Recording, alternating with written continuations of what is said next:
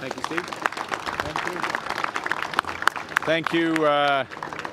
Thank you very much, Steve. Good morning, everyone. Thank you, Minister Hodgson, for joining us. And let me thank Nick and the team here at Gorman Brothers for showing us around this incredible facility, but more importantly, giving us a window into the ecosystem that Gorman is part of. An ecosystem that spans this great province, that reaches out to customers in Canada, the United States, around the world, and provides tremendous value to those customers, and does so because it's built on values of this company. So I couldn't be more thrilled to be here on this important day for this industry. Now, before we begin, and as the sun beats down on my bald head, I'm reminded of the challenges, in all seriousness, the challenges that we're facing with the wildfires here in British Columbia and across Canada. And we've just seen recently fires down the road in the Okanagan. And I want to express our deep gratitude to the firefighters and the first responders who are on the front lines of combating these fires in the Okanagan, in British Columbia, and across our great country. And I also want to thank the Canadian Armed Forces because in support of those efforts, hundreds, thousands of Canadian Armed Forces personnel across Canada have been involved, including to evacuate thousands of people in danger. And we will continue to work closely with communities, the provinces, the territories, to protect lives and homes and businesses. Now, Steve's driven by here a couple hundred times.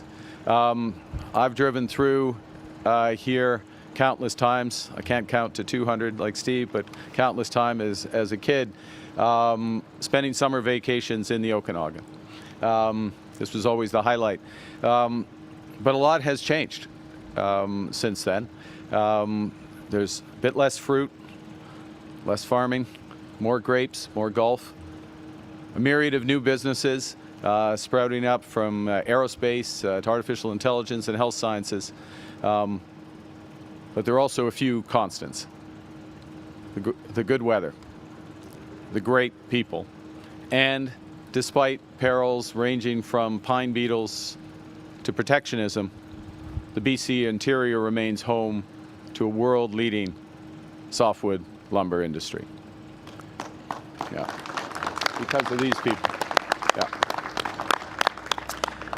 And Gorman Brothers embodies the spirit of that industry and really the very best of Canada. Resilient, ambitious, dynamic. What began over 75 years ago with two brothers adapting from challenges in the orchards, building fruit boxes, has evolved into this thriving company with hundreds of highly skilled employees, and a company, as I said a moment ago, that supports an ecosystem that spans this province and builds the world. Canada was literally built with our forests and by workers such as those behind me. Indigenous peoples relied on our forests for their communities, for their transportation, for their artistic expression. Early settlers built our economy on lumber, literally built our economy on lumber, supplying the British Empire before shifting exports to a growing market in the United States. Each summer, thousands of university and college students help pay their tuition by planting trees. The forest industry is a pillar of the Canadian economy. It supports 200,000 jobs across the country, contributes more than $20 billion directly to our GDP. It's the economic backbone of nearly 300 rural, Indigenous, and northern communities, many of them right here in British Columbia. Aujourd'hui, le Canada est le deuxième producteur mondial de bois d'œuvre. Nous fournissons 85% des importations américaines et représentons environ un quart du marché américain. Et ce, malgré des décennies des menaces commerciales provenant de l'autre côté de la frontière. Over the course of the last 4 decades, the United States has alternated between confrontation and collaboration, frequently applying unfounded countervailing and anti-dumping duties against Canadian softwood, and then signing formal agreements that benefited businesses, workers, and homeowners on both sides of the border.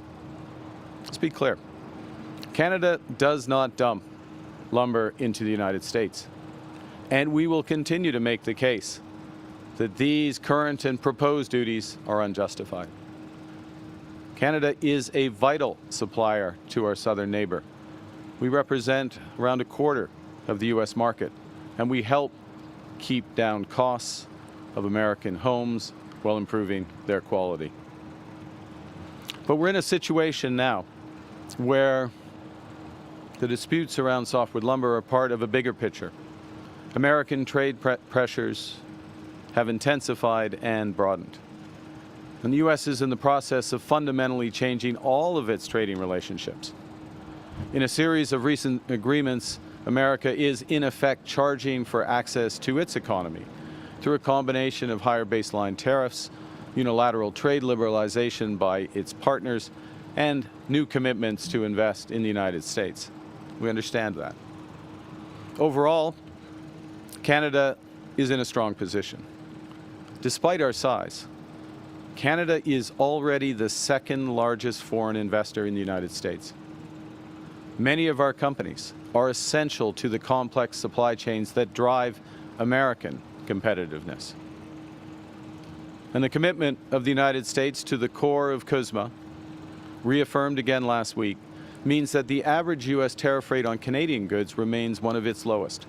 And over 85% of Canada-U.S. trade continues to be tariff-free in both directions. To be clear, Canada remains committed to CUSMA for the stability and the prosperity it provides on both sides of the border, and will continue to engage in constructive trade negotiations with the United States in the pursuit of the best deal for both sides. And I'll be speaking more about how we can reinforce these commitments in short order. But despite our advantages, certain of our major Canadian industries are being severely impacted by U.S. trade. These strategic sectors include autos, steel, aluminum, copper, pharmaceuticals, semiconductors, and of course, softwood lumber. So while we'll continue to work with the United States on the many mutually beneficial opportunities that we share in trade and investment, it is clear that we cannot count or fully rely on what has been our most valued trading relationship for our prosperity. And that's why we're increasingly focused on building our strength at home and finding new opportunities for Canadian companies and workers abroad. Our government's new comprehensive industrial strategy will help our companies retool and reinvest to protect Canadian jobs, to build Canadian competitiveness, and to meet growing demands in Canada while developing international opportunities wherever free trade is a commitment, not a condition. 2 weeks ago, I announced the first of the elements of that new strategy with a series of measures to support the transition in the Canadian steel industry. And of course, today here, I'm going to focus on how we can help transform our softwood lumber industry to compete in this tough new environment.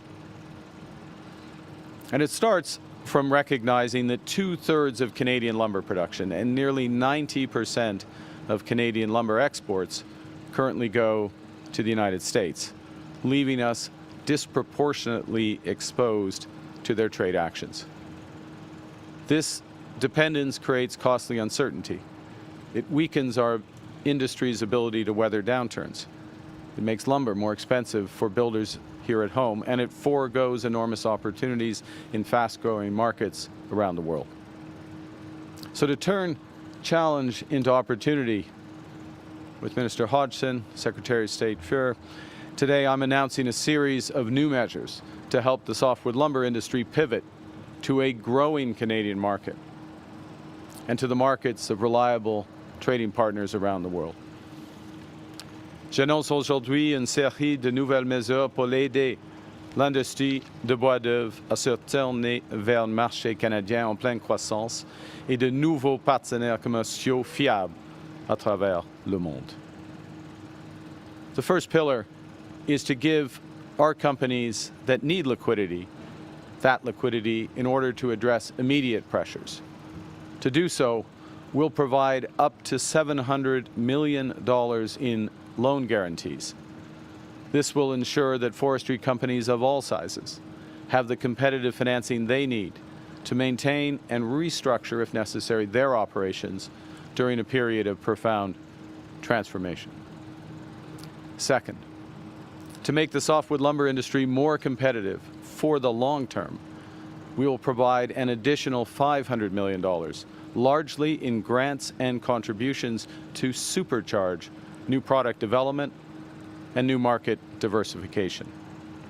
Products such as reinforced timber and low-carbon wood fiber-based insulation materials that are used in prefabricated and modular housing.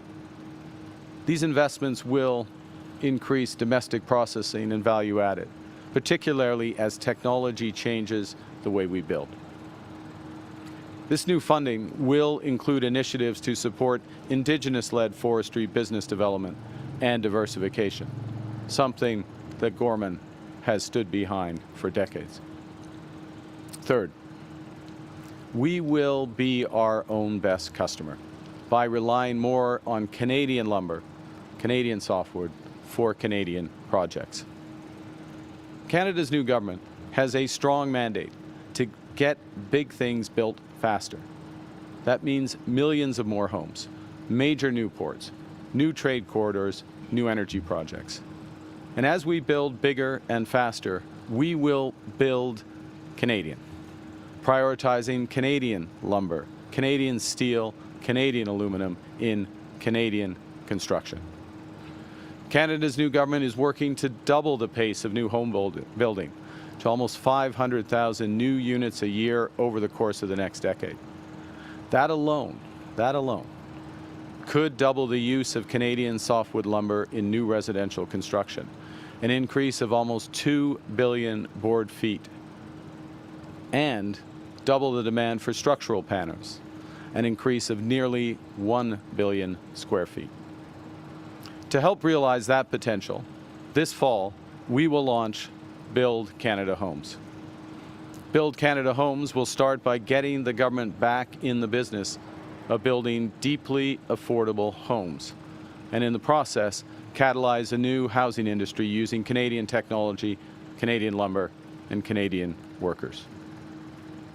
Core to Build Canada's Homes mandate will be to provide up to $25 billion in financing to innovative private sector home builders in Canada. For the deeply affordable homes that we finance and build, Build Canada Homes will catalyze bulk orders of off-site construction of prefabricated and modular homes, specifying the use of Canadian technologies and resources. This combination will create enormous sustained demand for Canadian lumber products. And it's just one example of the possibilities. Just a few hours drive from here in Castlegar, Kalsnikoff Mass Timber recently opened their 100,000 square foot mass timber prefabrication and modular facility, the first of its kind in North America. They're adding new products and services, including prefabricated wall panels, mass timber modules, and trusses designed and manufactured for construction efficiency.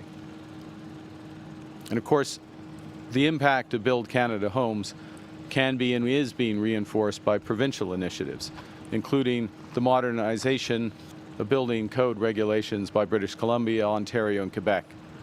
This creates significant additional demand, going forward, for Canadian softwood lumber. As an example, again, here in BC, the increase in the size of buildings that can be constructed using encapsulated mass timber from 12 to 18 stories. Il existe d'énormes opportunités pour l'industrie de bois d'œuvre et les investissements que nous faisons aujourd'hui aideront ce secteur à les saisir de toutes les façons possibles. Au fur et à mesure que nous bâtirons ce pays, nous changerons le processus d'approvisionnement du gouvernement fédéral afin d'exiger que les entreprises qui ont des contrats avec le gouvernement fédéral utilisent le bois d'œuvre canadien. The fourth pillar is to launch new initiatives to deepen and diversify international markets for Canada's sustainably sourced forest products. These will include reinvigorated federal programs to market innovative, sustainable, high-quality wood products, such as in recent years, programs such as Canada Wood, which achieved many successes, including promoting wood-based construction to new segments in Asia.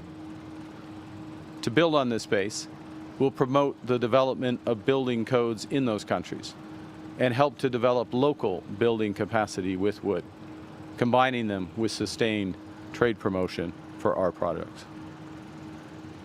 In doing so, we'll emphasize that lumber is ecologically sound, and green building strategies can create transformative economic opportunities while addressing climate change. The prize is large. By the end of the decade, Canada could capture a significant share of up to $150 to $240 billion in the global bioeconomy market. And finally, no matter how hard we support and how hard we work to support and transform our industry, we know that in times of great change, there's likely to be some workforce adjustment. And that's why we're also launching a major new reskilling programs to ensure that hardworking people in this sector have the chance to apply their skills to new opportunities, including in that entirely new housing industry that I spoke to a moment ago.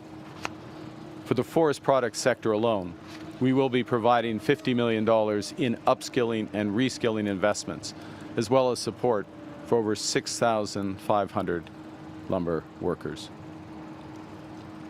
To conclude, at this hinge moment in history, Canada is starting to shift from reliance to resilience.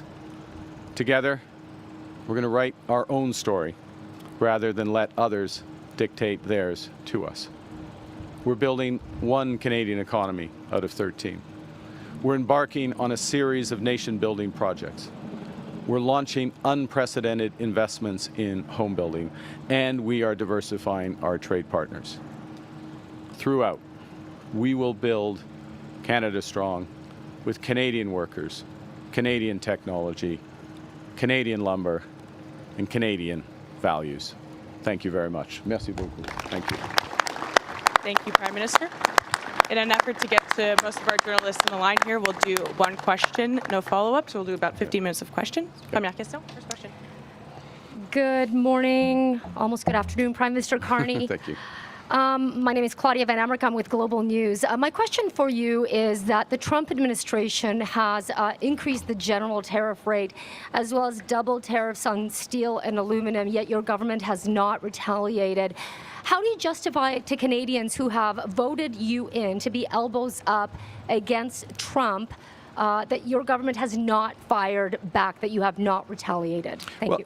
Thank you. Thanks for the question. I think the first thing to recognize is, and I said this in my remarks, but I'm going to repeat for emphasis, which is that 85% of the trade between Canada and the United States is tariff-free. That's our exports to the United States, that's U.S. exports to Canada. And we recognize that. We recognize very much the United States reaffirmation of this core element of CUSMA, or what they would call USMCA.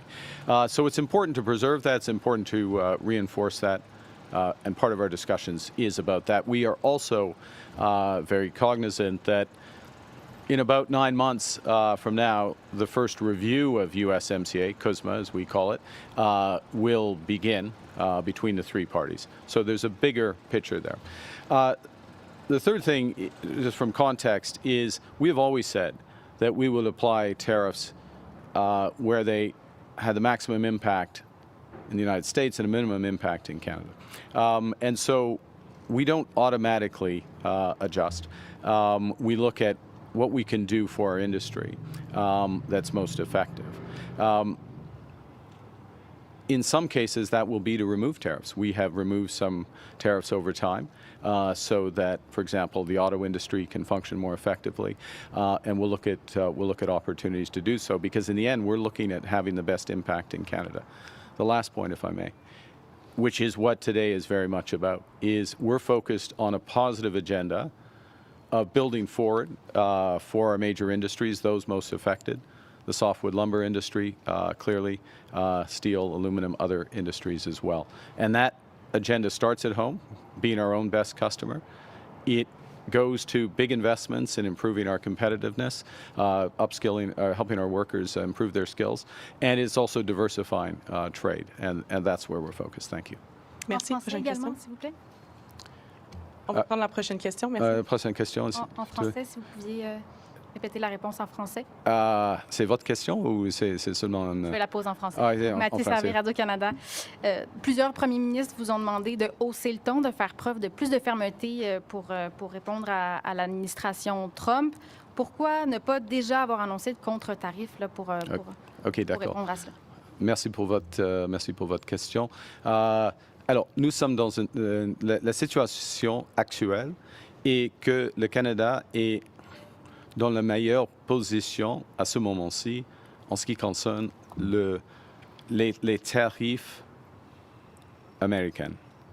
C'est-à-dire que 85% des exportations canadiennes aux États-Unis n'ont aucun tarif américain. C'est la même pour les Américains par rapport au Canada. Alors, nous sommes dans une position d'égalité à ce moment-ci. Deuxièmement, nous sommes en train d'une négociation avec les Américains qui concerne surtout les secteurs stratégiques, le bois d'œuvre, l'acier, l'aluminium, les automobiles, la cuivre, puis les pharmaceutiques et les semi-conducteurs. Alors ça, c'est la situation actuelle. Et nous mettons l'accent dans une manière positive de bâtir nos industries stratégiques, y compris, évidemment, le secteur de bois d'œuvre. Prochaine question, CP, Canadian Press. Hi, good morning or good afternoon. Thank you for taking my question. Wolf Deppner, Canadian Press. Prime Minister, I'm still used to my old gig.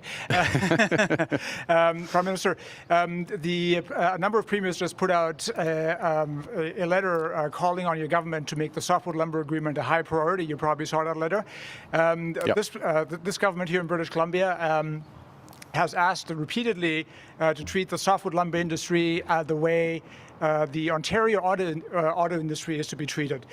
What assurances can you give British Columbians and their government that your government won't sacrifice the softwood lumber industry on behalf of some sort of trade deal that would protect the auto industry in Woodbridge, Ontario? Thank you. Well, first off, thank you for the question. I did see the letter. I read the letter. I've read it several times. I've had direct discussions with the premiers on that issue, including a long discussion with Premier Eby on the weekend, Sunday on the weekend. And just to underscore that discussion, it's Sunday on a long weekend. Even premiers deserve a holiday. He was on his holiday and he came in to have that discussion, underscoring the importance of this industry and the importance of doing everything we can to resolve the situation.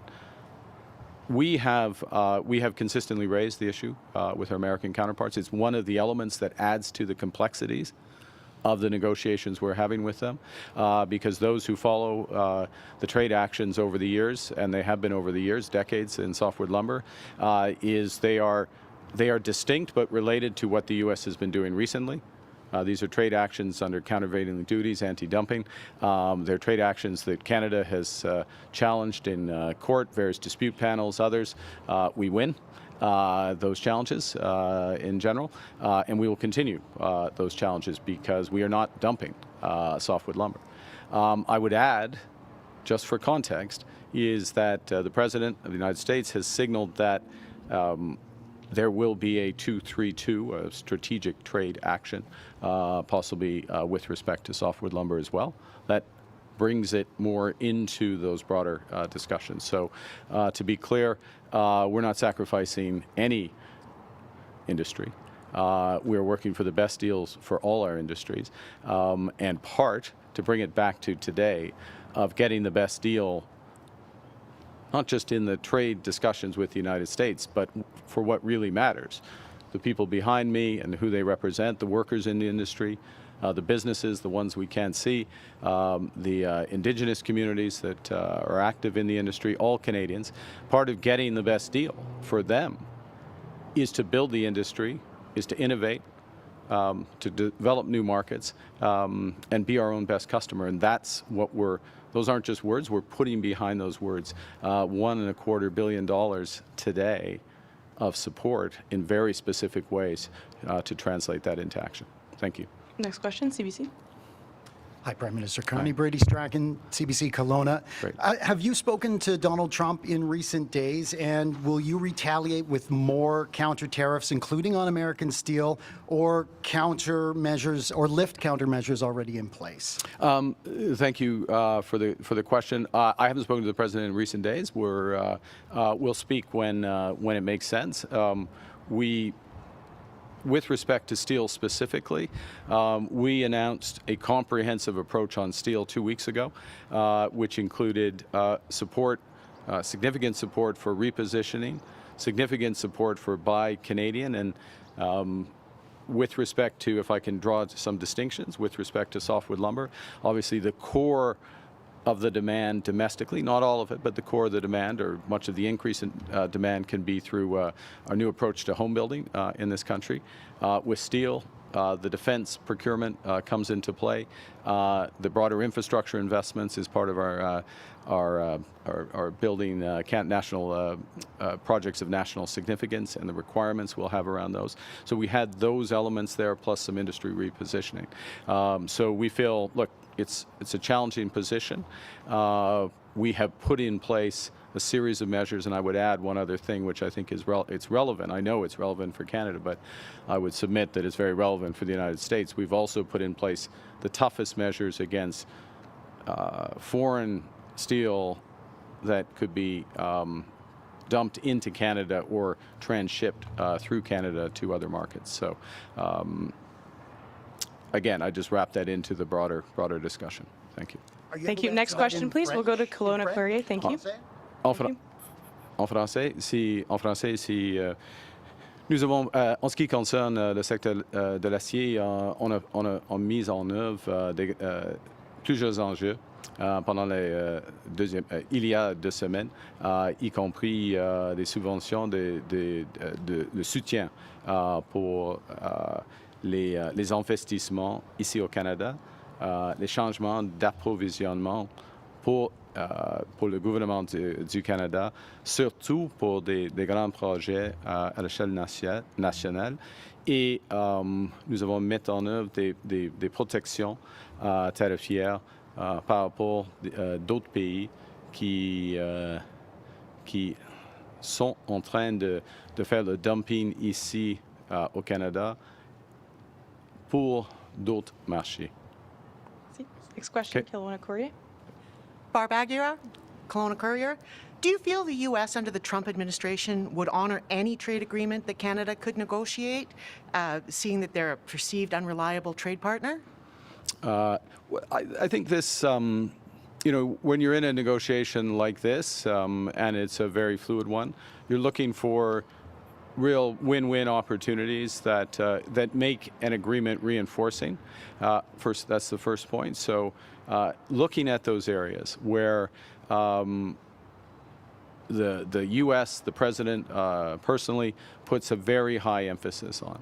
So the president cares deeply about cross-border flow of fentanyl, ending the scourge of fentanyl. So do we.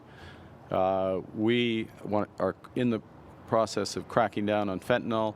We've got 1,000 more RCMP personnel coming on board. We have 1,000 more border agents. We've got better surveillance technology. We're cracking down on transnational gangs. We're doing all those things first and foremost for Canada, but actually it helps solve the issues with the United States, issues which, to be absolutely transparent, Canada is a rounding error for relative to other sources of fentanyl into that country. But that's an example where we will continue to do things in a win-win way.